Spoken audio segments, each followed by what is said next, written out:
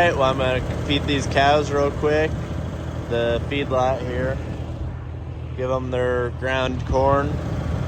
And then I will be showing you guys my new grain truck I picked up yesterday. Did a 10-hour round trip to pick up the grain truck, drove it home. So I'll be showing you guys that. But gotta get these guys fed. Alright. Got some happy cows eating. Now that they're fed though, we'll go play with the grain truck. Alright, here it is. It's a 1968 International Fleet Star 2010. I think the normal grain trucks are Loadstars, but it was originally sold as a dump bed logging truck. So, when in 1968 it was sold to a logging company, and then in 1978 the man I bought it off of, his father bought it and put the grain sides on it, and he has owned it ever since. It's got pretty good tires on the rear. They're like new. Good tread. Front one, the middle axle here, it's good tires. They probably have a couple seasons on them, but they're in pretty good shape as well. Steer tires, no dry rot or anything. They got a couple seasons on them, you can tell. Man put a guard here, and it's also meant for a spare tire to sit in there, so I'll have to get a spare tire for it.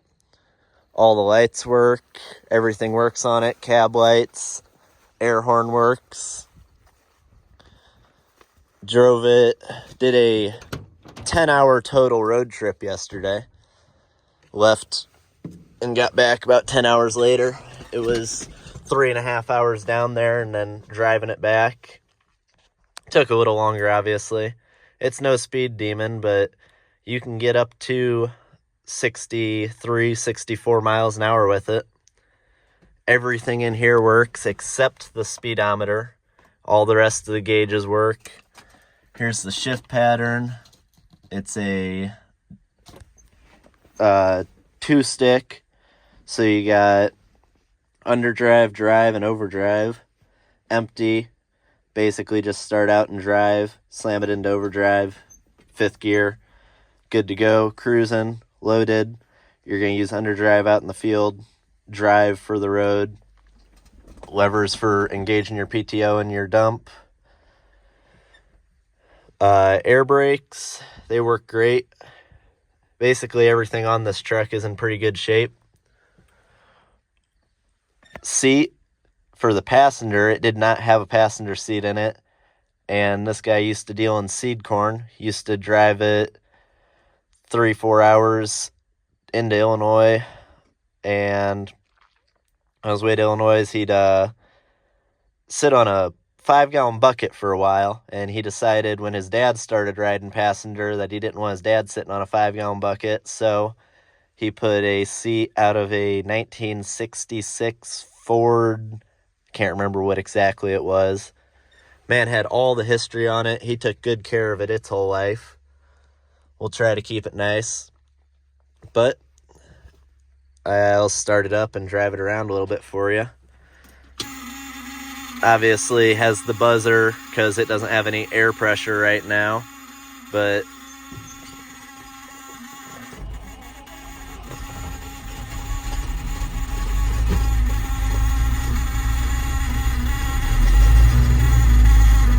starts up good. That was a cold start. I haven't ran it yet. Building up some air pressure. Buzzer will go away eventually.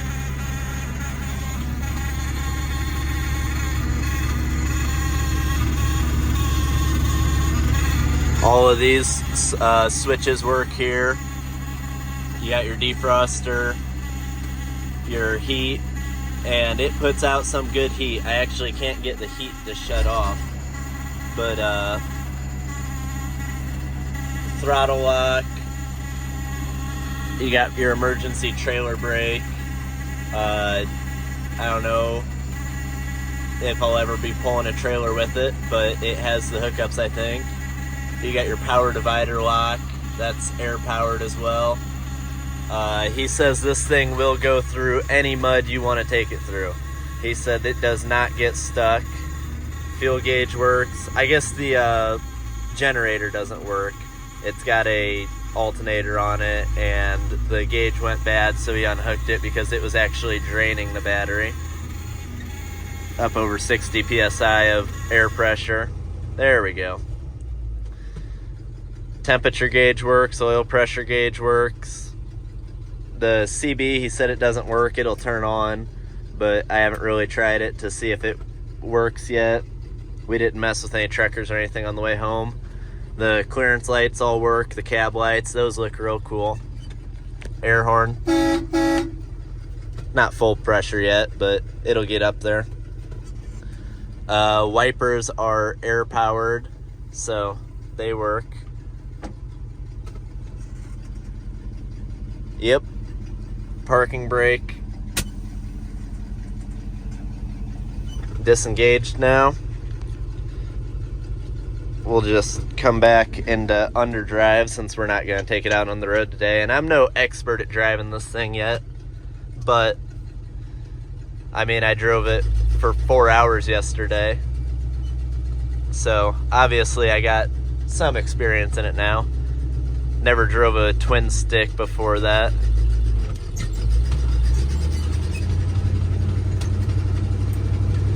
He said they always double clutched it, so yeah, that's underdrive, second gear. So double clutch, I'll push in, out, in, third gear. I did that slow. I could have kept some speed, but underdrive, you can take off in any gear empty. It doesn't matter. It's got all the horsepower. Not all the horsepower, it's got all the torque. It has a 549 cubic inch motor in it that he actually had rebuilt and bored over to the next size up.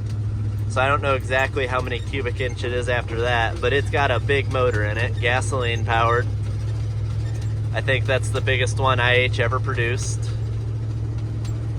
But it drives good. It's a little rough, obviously, everything being spring ride. You're not driving in comfort all the time.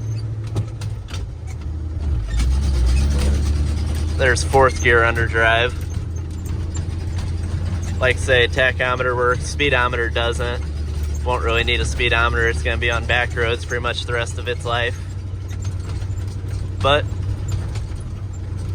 like say, it starts good, drives good, sounds good. Might have a minor exhaust leak by the manifold, but that's not a big deal.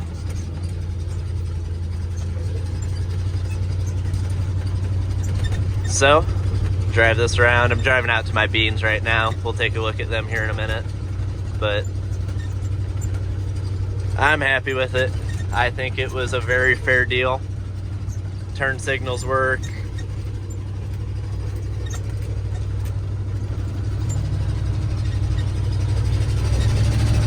You don't get many RPMs out of it. He said try to keep it about 2,300 RPMs as your top end. And 2,300 RPMs in fifth gear overdrive is about 63 miles an hour. And that's enough. Like say, it's gonna be on back roads. Our grain elevator, I can take back roads too. Speed limits only get up to 55. Probably won't even be doing that loaded, but unloaded on the way back, it'll be nice to be able to run 55, 60 miles an hour. But I'll bring you back in a few. But like say, lights aren't very bright. I drove it home into the dark last night, but you can see all the cab lights are on. I really like the looks of those. Try not to hit a branch with them and knock them off or anything. Headlights work, tail lights work, turn signals work, marker lights work. This one, if you shake it a little bit, it'll work.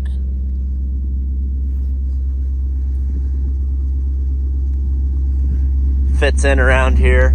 Has the IH emblem. I'm gonna have to paint that white so that way it stands out because that looks good.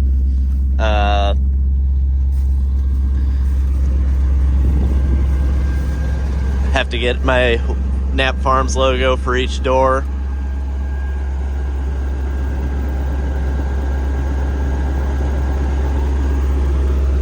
I'm very happy with it. It seems like a good truck. Starts good, runs good. Man seemed as honest as they come. I mean, he told me everything about it. He had all the history on it. Couldn't have asked for a better guy to make a deal with. Took care of us. Probably have to get a new tarp for it, see how many holes are in that one, if I can patch it or what. I haven't even folded it back yet, but he's told me there's holes in it, so probably be getting a new tarp for it. Not a roll tarp, but we'll be able to slide it back at least for if it's gonna rain one night. Got a steel floor in the bed.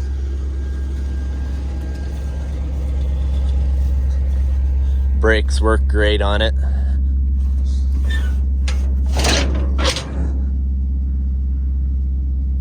Nice steel floor. Bed's in good shape. He told me about the dent there. He said there's a dent there because his mother backed it into a tree branch, I believe, back when he was a kid. So that dent's been there quite a bit longer than I've been alive.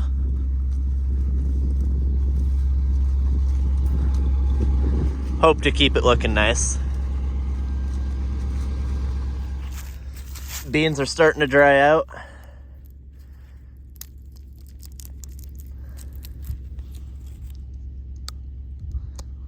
That one actually cracked. Probably not quite dry enough yet. And there's some that still got some green on them. I went to a drier spot here to show you guys, but they're getting there. A couple more weeks. I don't know what kind of bug that is. But whenever we decide to start harvesting, I got a grain truck for it now. Probably be going to Power Elevator in Indiana. Northwest Indiana here. Anybody that's familiar with the area. Be hauling all of my soybeans this year, and then I'll be hauling Grandpa's corn and soybeans there. But I'm gonna take this back up and then I'll show you guys the motor and everything. I'll open the hood. Hood just flips up. Fiberglass, actually really lightweight and easy to open. Here's the motor. Like say, it's a big one. 549 cubic inches from the factory, and then it's been bored over. I believe it has new heads on it because he said a head was cracked.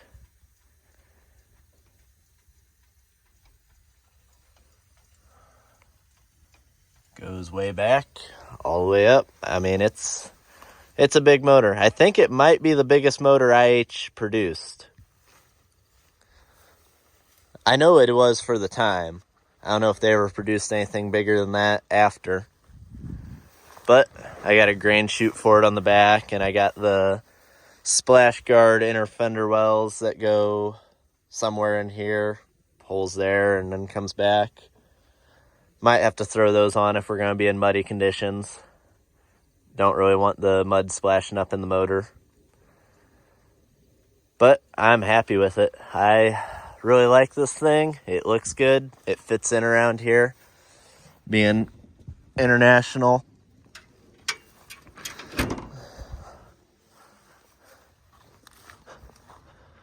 Everything works on it. Couldn't ask for a better deal. It's a dual-walled frame, so it is a heavy-duty frame.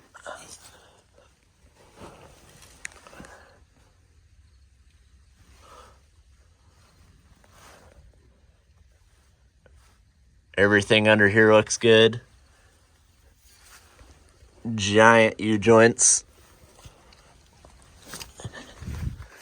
You can see the drive shaft going to the rear axle. So the rear axle isn't live most of the time, but like say I got the engager back there that'll lock it in.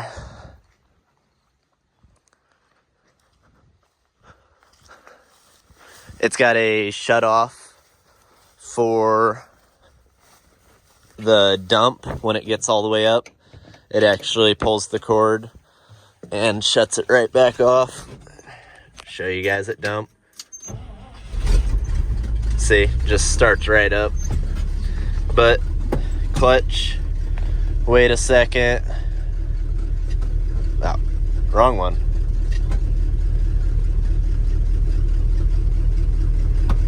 Nope, I was right the first time. You gotta let out on the clutch.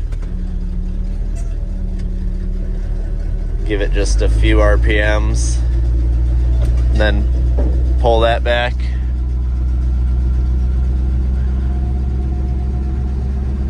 He said you can actually just hop out of it, let it go all the way up if you want to get to the back and watch it or whatever.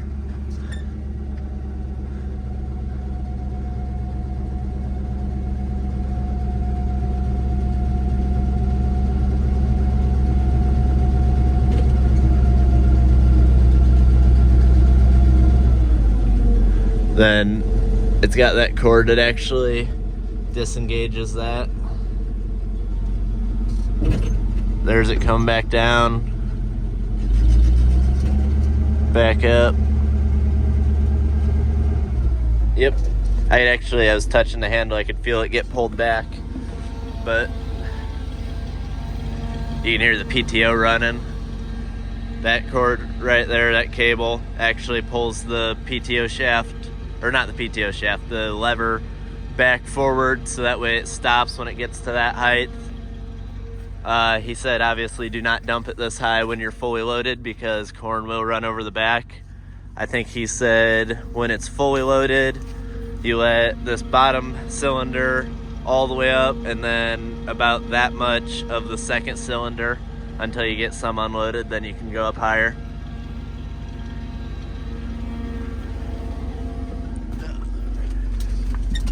But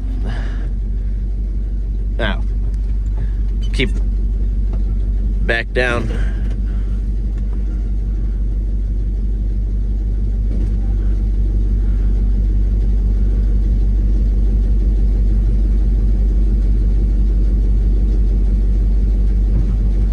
And you're done. I already disengaged the PTO. But I thought you guys would be interested in this truck. I figured I'd just make a video primarily on it. It's a cool old truck, fits in on the farm.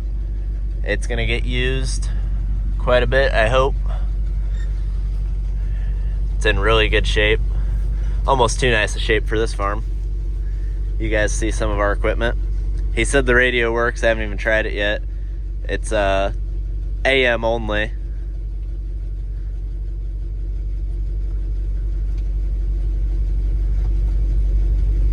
Speaker might have some corrosion on it and be disconnected or something, or I just don't know how to use it.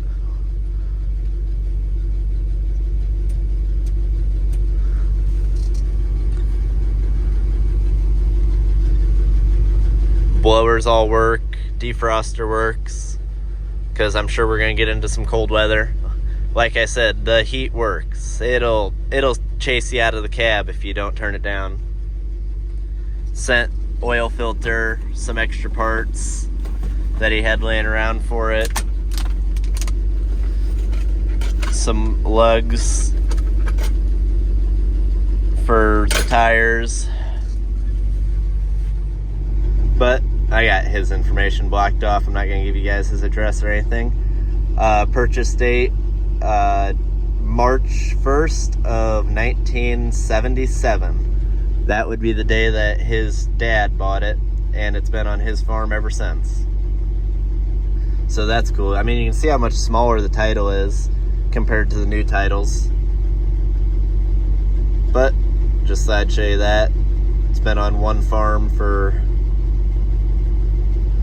let's see, gotta do some math here. 77, 87, 97, 2007, 2017. Been on the same farm for 47 years, something like that. Well, I hope you guys enjoyed this video. I know I didn't really do anything except show you the truck, but I thought you guys would be interested in our new grain truck, new to the channel.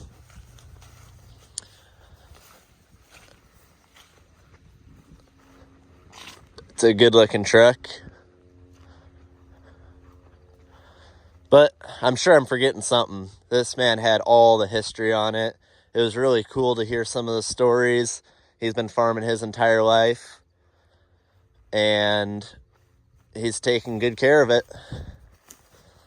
As I remember some history, I'm sure I'll be doing quite a few videos from the seat of this thing, so stay tuned for that. I'm going to try to get a good mount set up in there to where hopefully you guys can see through the windshield and I can talk to you as I'm driving, because I'll be making the trips back and forth to town. But I thought you guys would be interested in some of the history of it. It being a logging truck, then turned into a farm truck, and it's been on the same farm since March of 1977.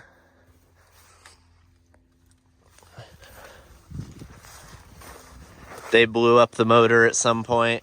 Can't remember, I think he said that was in the early 80s that the motor blew up, and they had it completely rebuilt, bored out, new head on it. Did all the work right. So, anyway, I hope you guys enjoyed this video. I don't know how long it's going to be. Like I say, I'm going to get some Knapp Farms emblems for the doors, make it an official farm truck. Gotta go get it licensed and then registered and insured tomorrow, hopefully. But doesn't get great gas mileage. I think coming back, I got maybe 5 miles to the gallon, maybe. But some of that was it hasn't been ran in a while, so getting the carb all blown out and everything, running pristine again. But yeah, at the end there, it was probably getting a little better than that. Probably get up to 7 miles a gallon empty. Loaded, from the research I've done, they say 2.5 to 3 miles to the gallon full. Should be able to hold 630 bushel, no problem. Might be able to squeeze 650 in there. But I think it might do a little bit better than that. Some people on the internet like to exaggerate at how bad a gas mileage something gets. So we'll see. We'll keep an eye on how much fuel it uses per trip and try to actually get an average. Anyway, I hope you guys enjoyed. Don't forget to like and subscribe, especially if you're interested in seeing this more. I'm sure I'll primarily be sitting in this during harvest. But don't forget to drop a comment. Tell me what you think of the truck. And as always, have a good one.